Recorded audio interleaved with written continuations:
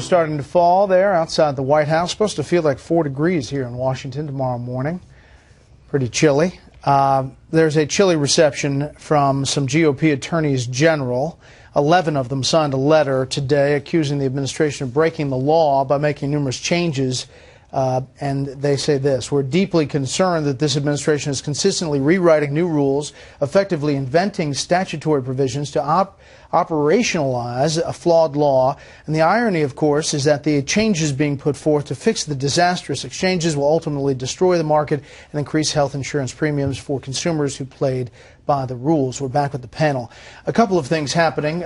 The administration, Kirsten, is making a full court press to try to tell positive stories, doing local press conferences about numbers, about stories, really trying to tell the tale that it's working.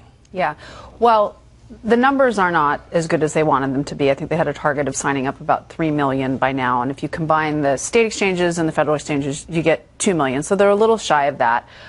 Not surprising, I guess, because of the website, all the website dysfunction.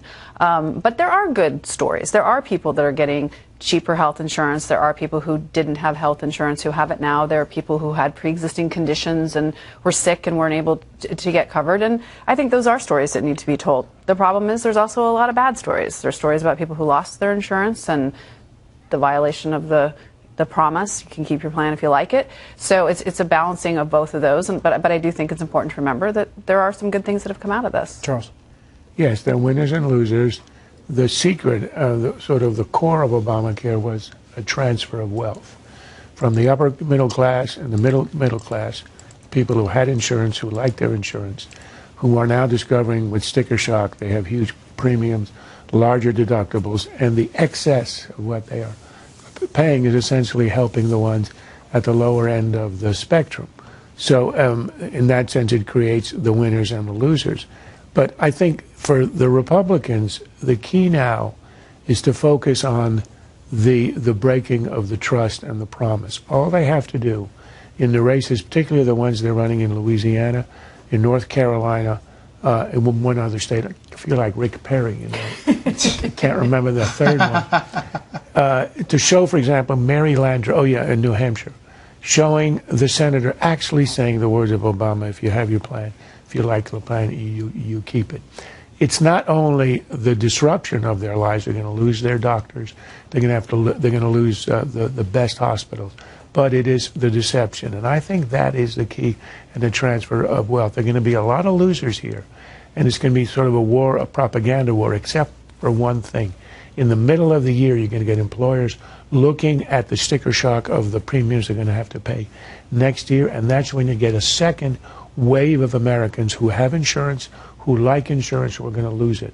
And that could be fatal if you're a Democrat looking at re-election. George, at the same time, the House Majority Leader, Republican Eric Cantor, raising security concerns about the website still, saying that there is a report out saying that the healthcare industry by far will be the most susceptible to publicly disclosed and widely scrutinized data breaches in 2014, saying he's going to take up security breach legislation next week, saying that this potentially is another huge problem, and he's been bringing it up for months. Well, once you start getting the public anxious about both the competence and the honesty of government, you can't hermetically seal it. Immigration is already going to be a casualty of this, because immigration requires, with the E-Verify system and all the rest, gathering vast troves of information and administering them competently. People have their doubts about this. And this is going to be, Charles mentioned the ad, there's an ad being run against Jean Shaheen in New Hampshire that says, in November, if you like your senator, you can keep her. If not, you know what to do about it. It's going to be a very effective line. But the attorneys general who have raised all the questions about the so-called enforcement discretion, where the president changes dates, there's a much bigger one. You gave all the figures about so many state exchanges, federal exchanges. The law is really clear. The IRS may administer subsidies to those who purchase insurance through the state exchanges, not through the federal ones. The IRS, lawless as it has now become, said, oh, heck, what's this among friends? We will now administer them through the federal exchanges. Some attorneys general are going to court, and this is going to be fought. By the way, you recovered with the number of Yes, and I will run in 2016 as a result. All right, that's it for the panel, but stay tuned to see